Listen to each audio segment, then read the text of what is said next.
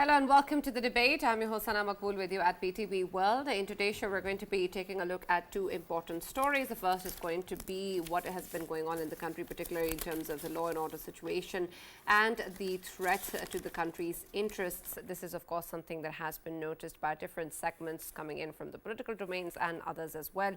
And now, of course, we see the government has again strongly condemned any such initiatives taken. And we've seen that even life threats have been given to the Chief Justice of Pakistan by a vice leader of TLP, and this is something that of course is very, very condemnable and something that has been now registered under terrorism as well. It's something that's inciting violence. It's something that has caused a lot of influence and damage to the country's interests and is totally unacceptable. Of course, the arrest warrants have also been issued for the TLP vice emir who has been booked under terrorism law, and this is particularly important in terms of the impact that this has created previously and of course what is going to be the way forward in terms of accountability. While the government, of course, has held a press conference and talked about how this is intolerable and how this will not be accepted and they will be brought to task, but what will be the way forward, what will be the consequence for these actions and the kind of sections that, of course, have been put forward, that is going to be important as well in terms of what really will be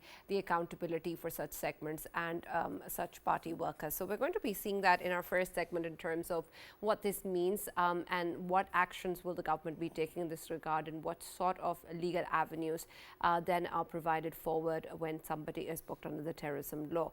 Our second segment is going to be focusing on good news coming in from the economic front with, of course, the Fitch ratings also improving and, of course, Pakistan's policy rate also being cut by 100 points down now to 19.5%, something, of course, that the finance minister, the prime minister and others have appreciated and has said is something that has been done because of the kind of efforts that have been made by the team and of course the negotiations with the IMF, with the SLA also being achieved with the IMF with cut downs in inflations, and of course this is something which is extremely important in terms of what sort of actions now the government is going to be taking forward and the way, of course, that this will then trickle down to the people as well and how exactly would it help daily life and the industry. So we're going to be taking a look at that at the end of the show. For this and more, as always, in the studios I've been joined by senior analysts Farrukh K.Pitafi and Raja Faisal, and we've also been joined online by Brigadier Haris Nawaz, who's a senior analyst. Thank you very much, Brigadier Haris, for joining us and being a part of the discussion today. And I'll start with you in terms of what we've been seeing, and of course we've been talking about our fight to terrorism, we've been talking about our fight to different segments of the society that incite violence, that incite hatred, and of course now we see that something so blatant is being said as to put a bounty on someone's head, and that too the Chief Justice of Pakistan, and we've seen that coming in from the vice emir of TLP. And while of course he's been booked under terrorism law, there is of course a strong condemnation of the actions. But I want your take first on why is it that this is something that seems to be coming in from more and more aspects of the society, more and more segments of the society, where it seems that to these people it is acceptable to actually come out and say these things without realizing the impact that it creates, or is that what they want to achieve in the first place? You see, Slara, the issue is there is big intolerance coming in the society, and the major reason is then we don't go for accountability. If this vice emir of DLP has uttered these words, then government has of course taken an action, but take further stern action, and that is immediately he should booked in terrorism. That has already been done, but his trial should be carried out on day-to-day basis. That is, special anti-terrorist court should hear this a case, and within 3 months it should be decided, so that at least exemplary punishment is given to one odd person to set an example for others not to do it. In Pakistan, we talk about it, they do all these things, then we start playing with political gimmickry, and then things are not settled. That is the reason. I think if one action is taken immediately, nobody else will dare doing all these things, and that government of Pakistan has to ensure their rate is ensured at all cost, and nobody challenge government it. That is as far as the TLP is concerned. But overall, you see what all is happening. These things are not good. Particularly, you must have seen what has happened. Maran Bloch, what she's doing it. And along with it, how they managed to gather large gathering. Then they attacked, violent attack on our security forces. They killed one Sipahi, and there were 16 injured, and one lieutenant had lost his eye. These are unacceptable things. And for this also, if Marin Baloch, we know what is her agenda is there. What she said when that missing person was killed in Iranian side when began for the drone attack, and she accepted that okay, now this person has been, that means, and most of the missing persons joined the terrorist organizations.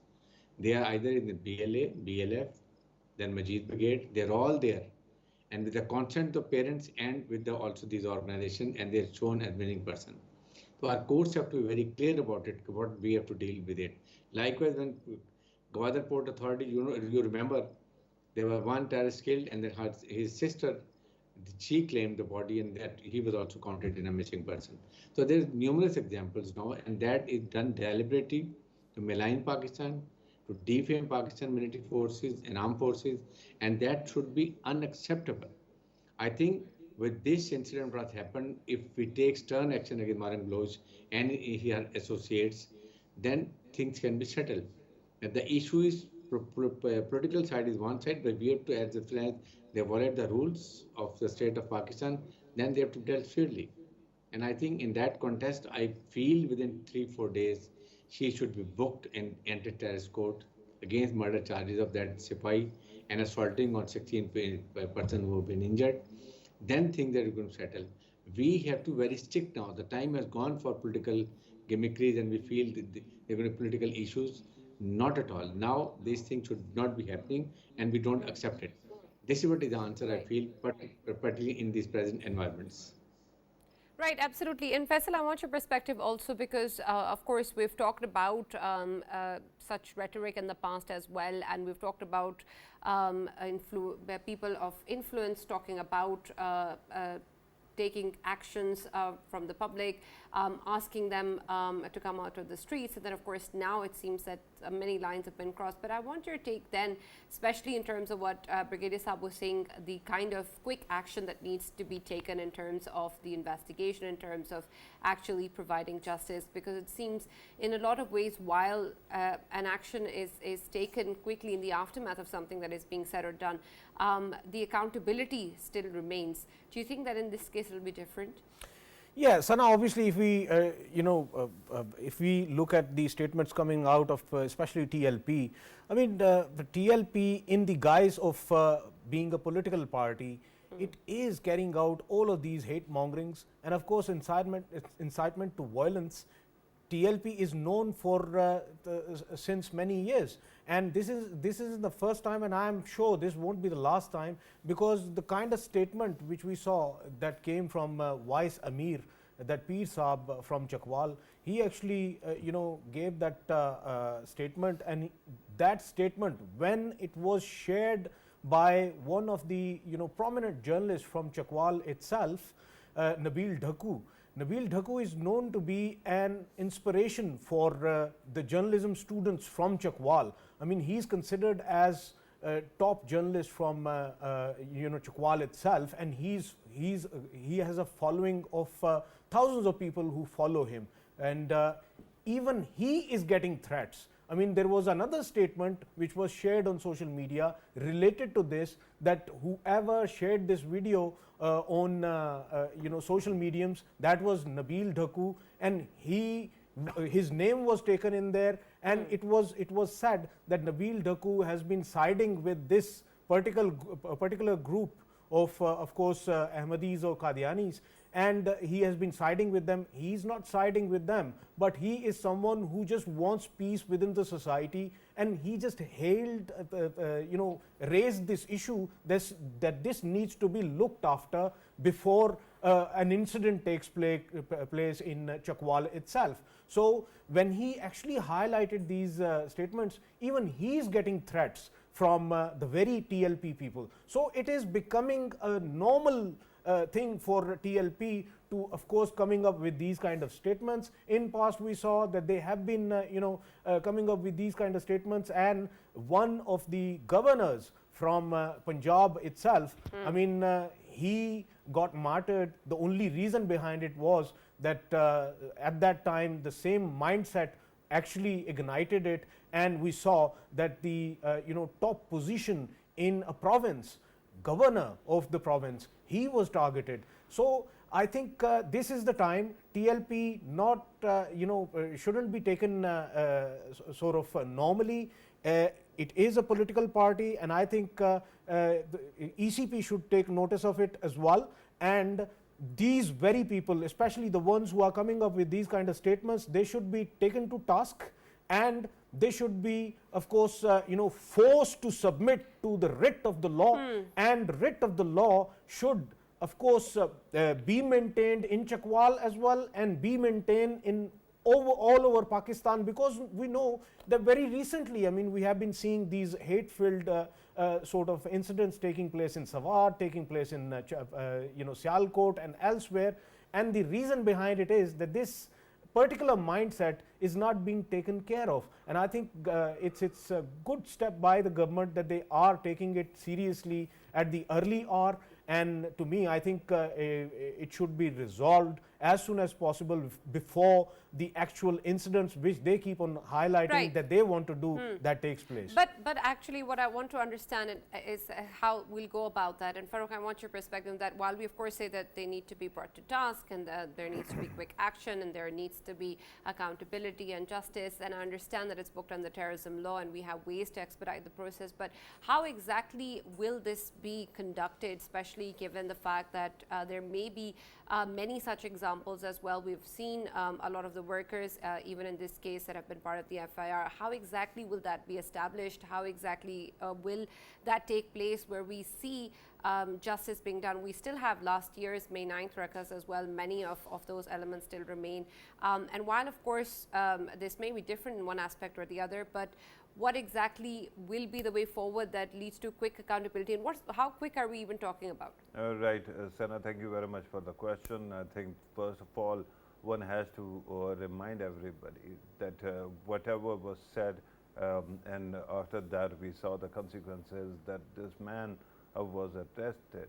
You have to understand not only it was really loathsome, but also that when you talk about revised national action plan, the point number 2 says action against spread of terrorism through media, electronic media, print media, social media, communication, and cyber networks.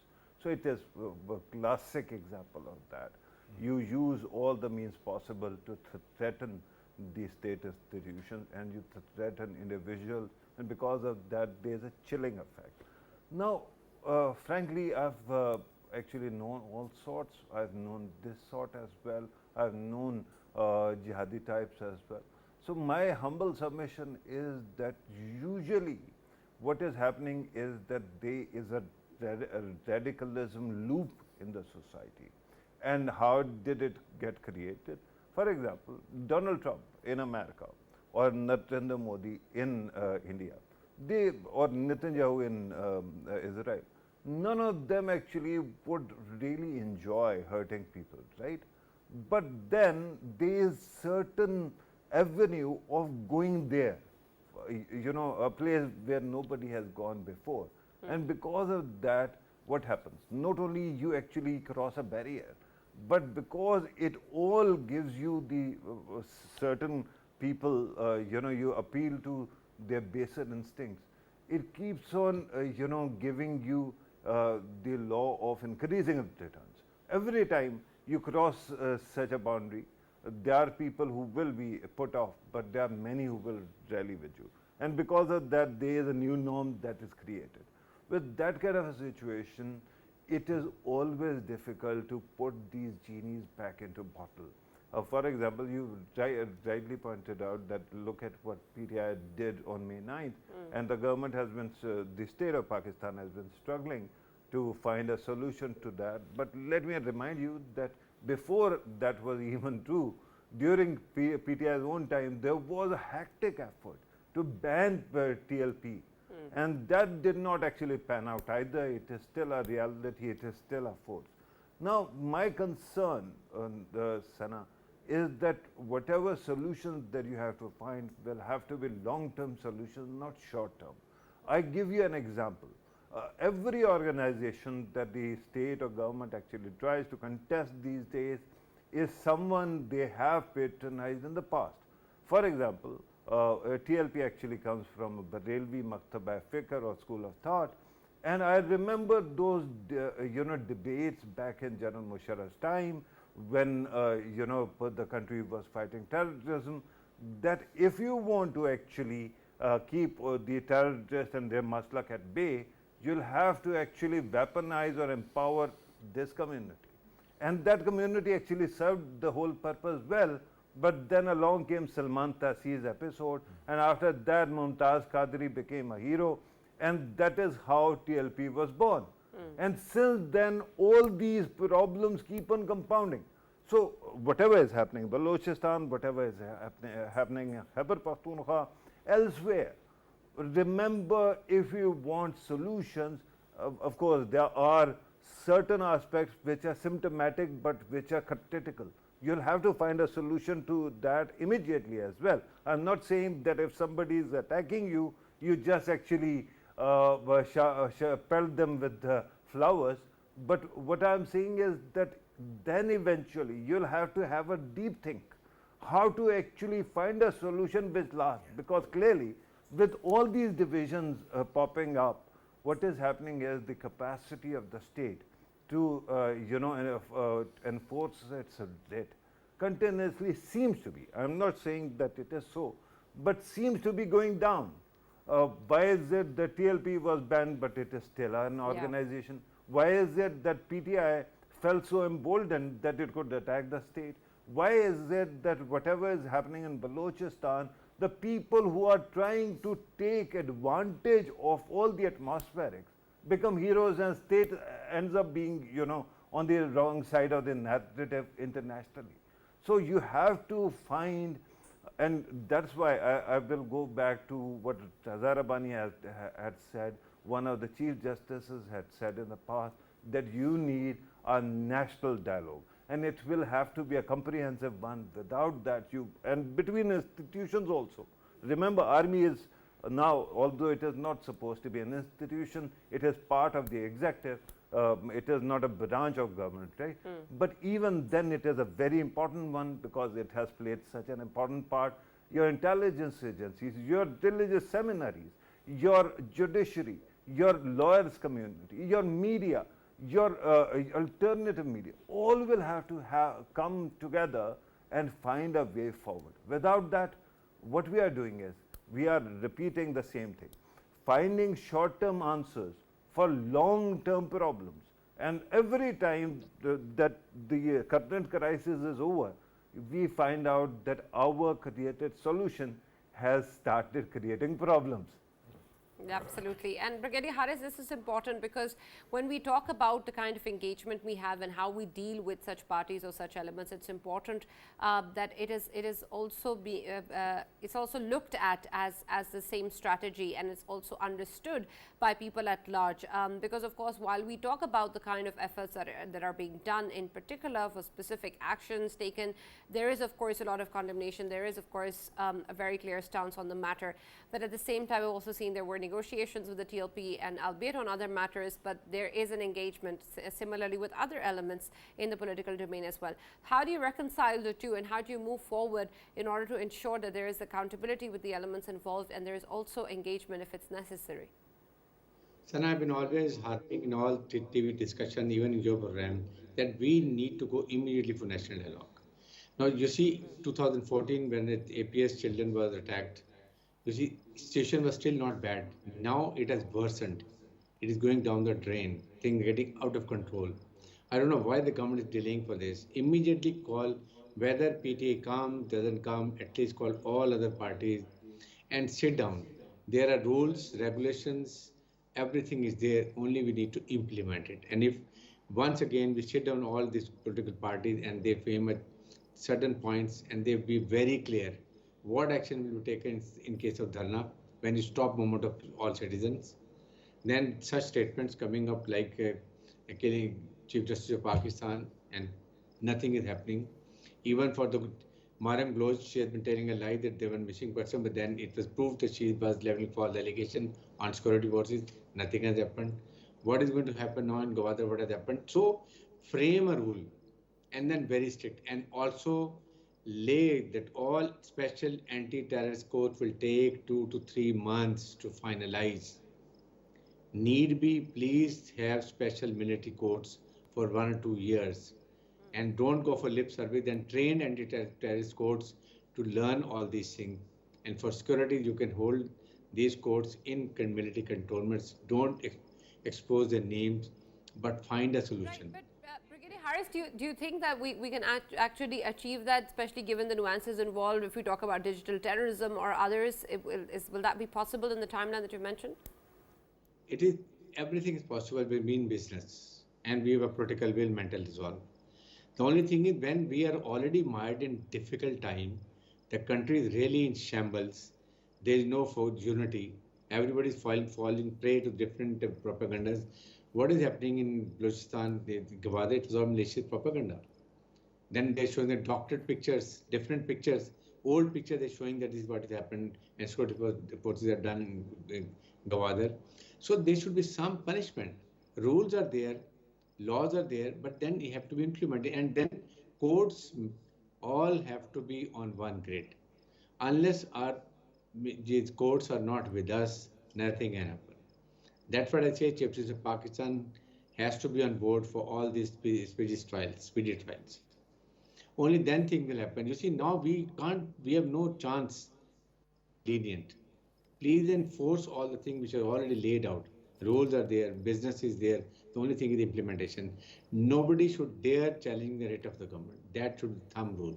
And it should be the benchmark of the national dialogue. And this is what it is. Intolerable, unacceptable, and please ensure that they all culprits are punished early judicially, because we want they should be given all the times to prove their innocence. But if they fail, then law should be very strict. We have not done it, and we have to done it. I think military forces are suffering a lot, and the enemy has put us on the fifth generation war, hybrid war, and that is to break the will of the people of Pakistan, any country, and divide military forces and the society. That is very dangerous. We have to defeat this challenge. You have to defeat this enemy narrative. And for this, all the organs of states have to be combined together.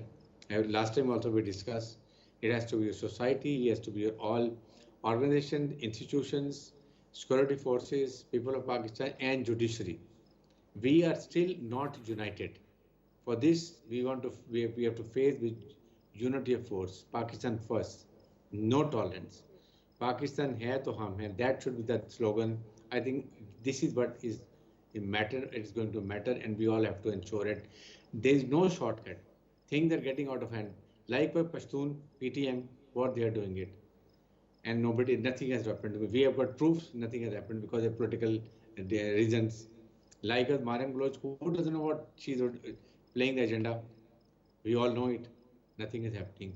But this government has to, not the security forces, not the establishment, because they're fighting against them. It is the government of Pakistan, judiciary of Pakistan. They all have to be on one grid to sort out this, I would say, this terrorist and not patriotic peoples. I think this is what is done. There's no shortcut to it. Right, and Brigadier Harris, how exactly do you propose also in terms of the different political elements involved, the different political parties involved, to actually be also aligned on that front? While you talk about all the stakeholders being on the same page, this is an important one, especially through the parliament. And we've seen that sometimes, unfortunately, it is these elements themselves who are in the wrong. And then we've seen in other ways that on issues very clearly, such as terrorism, there is still opposition. And so that has brought its own problems. Any political party which is not aligned with the national interest has to be singled out. There is no mercy on it. We have done this should not be. You see, then the problem is first go for national dialogue. See any party which is not behaving, it's not aligning, it's not following the line of state, then they have to be banned. Why not? Why we are not doing it? You see, the point is, if they are supporting terrorism, their malicious propaganda on the social media, creating a divide between society and the people and the security forces, what their type of patriotism they are showing it. We have to, and the courts have to be in line. The issue is now 3 military courts. 1 year has gone, cases are over the state in the court, and nobody is punished. Had those been punished, I think then the incident of 8 February, this so many incidents would not have occurred. That's what I say. Give punishment, justice delayed, justice denied. That is the principle, and we have to follow it. In that context, the major part courts have to play it. Chief Justice of Pakistan, Government of Pakistan, and security forces, they have to be in line. Only then things can be fruitful. Absolutely. Brigadier Harris, there's a very important question, and that is related to Election Commission of Pakistan. Do you think that Election Commission of Pakistan, it has to come up with certain changes in terms of different political parties, whatever the agendas are, if they are detracking themselves from that agenda, especially if there is a party that has a set agenda against a segment of the society or a group of people who are Pakistanis, and this political party, the whole agenda of this political party is obviously against that group of people. Should it be allowed in a democratic country like Pakistan, and should that party be allowed to be a political party contesting elections in Pakistan? By the way, You see- hasn't ECP been through a lot already? Because it seems that it is one of the lowest hanging fruits, easiest targets. Whosoever wants to get anything out of the system, they start attacking ECP. So is that even a possibility? Because they are only mortals. You see, the point is election with Pakistan has to be very independent. Autonomous body, they have to be very clear in their objectives. And they should take bold decisions. They should not be worried what is going to happen. What they feel is correct according to law, and any party is violating the rules of business, or it is going against democratic arms, or talking against any society, or they're working against the establishment or security forces, or anything against the country, then they have to be very clear about it. They should not be apologetic. I feel the political parties put so much pressure on election commission, then they take lukewarm actions. That should not be done. They are fully empowered. Whatever they decide, it has to be, their decision has to be taken, and let the judiciary decide ultimately where they go for appeal. But your action, if required, and any type of decision should be taken without considering the consequences if you are taking a right decision. Right, absolutely. Brigadier Harris, there's also, of course, the aspect of when we talk about the way that the judiciary, of course, has been targeted, and the way that, unfortunately, we've seen that these legal aspects have also been brought in a lot of these conversations. And there is, of course, a lot of emphasis on how exactly will there be judicial reforms and how exactly will we move forward on that front. How aligned do you think this will be in terms of what we want to achieve out of military courts, for example, or how we want to expedite justice, and how we have to also strengthen the already existing judicial system as well in order to, of course, meet the kind of demands or actions that are required? You see, Sara, the most important thing, all rules are there, everything is there, but only thing is right implementation. Number two, judicial reforms are the most important, I would say, was part of a national action plan. Why it is not done? You see, when I was a young boy, the same system is following in lower courts, high courts, Supreme Court of Pakistan. They are involving in political decision. They take so many stay orders. You see, in FBR, 2,700 billion stay orders are there for income tax. Imagine how much we are suffering. And we are begging World Bank for $1 billion means $300 billion rupees. Just imagine what is the difference we are having. We have to prioritize the things. I think that it starts from, I would say, not from lower court, it has to be from high court, how the judges are selected. These days, all lawyers and the government interest, who is either from Muslim League or it's from the PPP or they're from the PTA, when the government are there, they select their own person in judiciary, and that's how the system is derailed.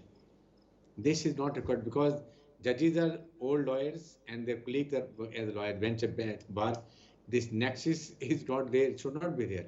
They should be very best system. Why don't we go for Public Service Commission or so many other systems involved? Likewise, Election Commission of Pakistan, then of course NAB chairman, all they should be coming through judicial system. That's the problem. Judicial, we have a system in force, but the problem is when you select these people on the whims of government, or government and opposition, they join together and they're selected, the then gentleman is always compromise. He cannot take bold decisions. He is always worried who's appointed him. These are the things we have, these norms in Pakistan. People have to be following those things. That's why they should be independent. They should come through judicials, the way we have say working all these things. So that's how we have to go it, but they can't be selected. They should be selected by through a system. Then they will come, they'll take bold decision, and they'll not take any side. They will go according to the law. Absolutely. No one can. Thank you very much, Brigadier Harris, for joining us and being a part of the discussion. Farrukh, I want your take first when we talk about, of course, these issues. It somehow always ends up in terms of implementation. Why is it that when we know what is wrong, or we acknowledge what needs to be changed and we understand that it's important, that we haven't been able to do so? And I also want your perspective on the last thing that Brigadier Harris was talking about, especially in terms of the kind of changes that are perhaps required in the judiciary. Does it all boil down to the selection of judges? Is that really the core of the problem? Right, Sana. I think that everything goes back to the fact that everyone comes from this society. And the national narrative that you have set for past 70 years, 75 years, they're not going to go away. And their sympathies lie with the other side, those who are actually hurling abuses at you. And what are you going to do? The biggest problem with one thing that was mentioned, and that is strengthening or empowering election commission. That is a mirage after which we have been chasing for quite some time. But what we have seen, and so, by now we should realize that we are at the cross section of the worst wave of history and our culmination of all our past mistakes simultaneously, right? What is happening all over the world now is that electoral bodies are coming under attack. In India, they actually removed all guardrails, all securities, and they ensured that instead of the Chief Justice, the person who is sitting next to the Prime Minister is not anybody who is neutral, but his very closest ally, his senior minister. Similarly, in America, where FEC works, but of course the whole system is staggered, and you need people, electors and others, voting staff on the grassroots level. We have seen how badly they were mauled and how badly they were, bullied throughout past 4 years. So all over the world, this one thing is actually just collapsing, and I don't know what comes next. And we haven't been able to do justice to ours, and now the entire world's, the collapsing wave is coming towards us as well. Regarding judiciary, see, that is the problem. When Brigadier Sahab was talking about reforms, and when I was, when he was talking about dialogue, and when I was talking about dialogue, there was a different aspect that you have to appreciate. He was talking about a working consensus between whosoever is stakeholder, especially political stakeholder, and through that creating all these deep reforms that are going to change things. That is what actually sunk us in the past. General Pervez Musharraf actually tried to create some kind of consensus, but in the end, because it was not broad-based, it did not work. What you need is a big sweep. Take everybody together and then consult, at least consult. Don't make them sit together, but at least get their perspective. What happens then? In the end, everyone feels heard.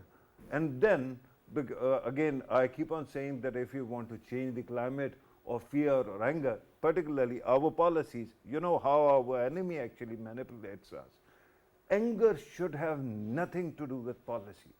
But every time a policy is being made, somebody comes and starts making us angry. So what is happening is that your rivals, your enemies have actually mapped out people. They know who is a hothead, and they actually egg them on, and those people actually end up ruining own boats, right? So what you need is, on one side you need this grand national dialogue. The other thing you need is replacing Article 6 with a truth commission, right? A truth and justice commission, and the convergence of both, where people can go and volunteer that I did this mistake, committed this mistake, and now I want to actually do penance, right? And then you come together and you find a way forward. This is the only thing that can happen today, and it will save us. Otherwise, tomorrow, in 75 years, what has happened, Sana? Every 2 years, every 3 years, barring a few dictatorships, what we have done is we have stopped a moving caravan of government, and we said that we need reform. And we tried to create the similar kind of opportunistic short-term reform that blew up in our faces, and then we actually lost the opportunity for an evolution. Revolution in India and Pakistan or South Asia, you never had for 5,000 years of recorded history. Why do you think that now there's going to be a change that you call revolution? Ayub Khan actually called his coup d'etat a revolution, right? It wasn't. And it did not change much. In the end, we are where we are, right? So the point is, if you want to actually do something, one, get rid of rage. Policy and rage don't work together. Secondly, settling scores, that will not work either.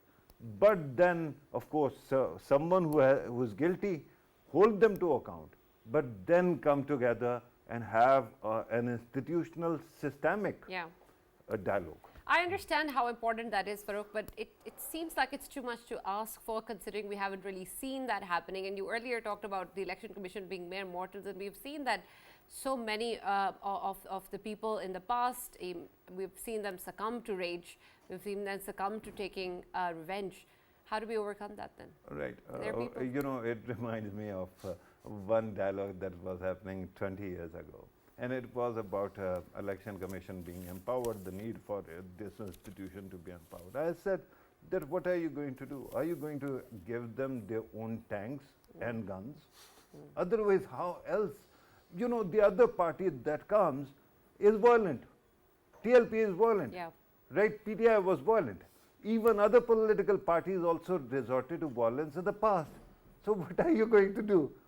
Are you going to give them some special kind of treatment or some special kind of technology? Again, you know, to rub it in. We don't have the money for that, right? So the only thing that can happen, I mean, you said that is this even possible, because this seems to be a huge agenda. But on the other side, look at what you're asking me to do. Expand the surface only this, and then dig so deep that you reform a colonial age legal and judicial system that India hasn't been able to properly do. Remember what India did. India's previous governments failed. Now there's a fanatic government that got away with reforming those laws, but what is happening?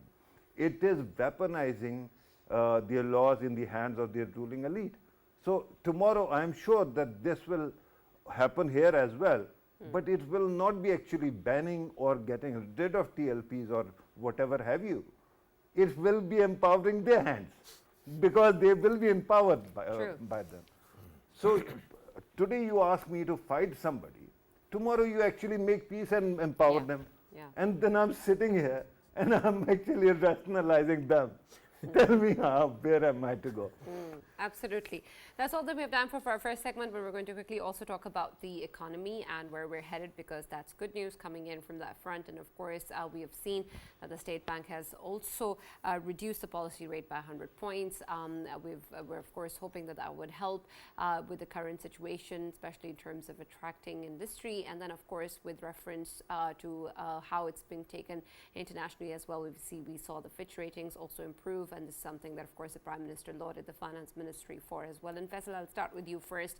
While of course we're celebrating this news, I want your perspective on what this means to you, what this means to somebody like us and people who are watching in terms of how their lives are going to be affected, in terms of how it will trickle down and the impact that it will create. Yes, and obviously when we talk about these statistics, and of course knowing the fact that fiscal year 25 would be having a growth rate, GDP obviously reaching to 3.20, and these are positive indicators for coming days, for coming months, coming future of Pakistan. And of course when we talk about these policy rate dropping down, and of course these policy rates changing, that is a good sign in a context that of course the local investors, they will be of course interested in investing within the Pakistan's economy, and of course the foreigners as well. The foreign investment, it would be attracted as well for Pakistan. And overall, looking at the bigger picture, of course when growth increases, then of course the jobs are created as well. So people at large, they will be finding opportunities in coming days and coming months. And when we Sana, talk about the kind of steps which were being taken by the government, of course we know that they were in talks with the IMF, and I think the fresh program which Pakistan is heading towards, once we get it, I mean, we have always been talking about this, that IMF program actually injects you with the positivity. Your economy will get more positive once we get to that fresh program for future. And of course the indicators would get more positive in terms that of course the economy would get injections of IMF, and the sort of recommendations which are being recommended by IMF. If we continue going ahead with them recommendations, of course it would be quite a positive picture in coming days. Right, absolutely. And Farrukh, I want your take on this as well, particularly in terms of what actually helped us achieve this. And I understand that there have been positive efforts and measures taken by the Finance Ministry, but what has actually led to this, especially when we talk about Fitch ratings? And secondly, the policy rate being cut down 100 points, what will that mean actually in terms of day-to-day businesses, and what does that mean for the industry? Right. Before that, allow me actually to address another point that you casually used. If you allow, if you have that kind of time, right? You use the term trickle down. Do you know what is trickle down theory?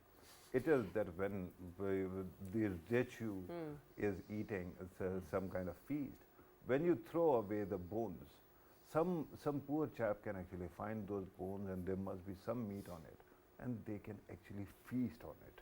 Right? Reminds me of platform. Yeah, yeah. Well, similarly, when you are wearing your walking around in your designer shoes, which are very expensive, you might realize that there's a stain there, and you might walk to the person who is actually polishing shoes. So at least one coin or 1 quarter might actually go in his pocket as well. It is the worst kind of idea. It never pays, right? It has never delivered. If you want to see case in point, right from India to America, everyone who knows how badly people have been, the poor have been treated, are fighting against this misconception or abuse of a theory. But regardless, now about policy rates, you also said that we are celebrating degrees in that. You must be celebrating it. I am past caring. So I'm actually. Is it not cause for celebration?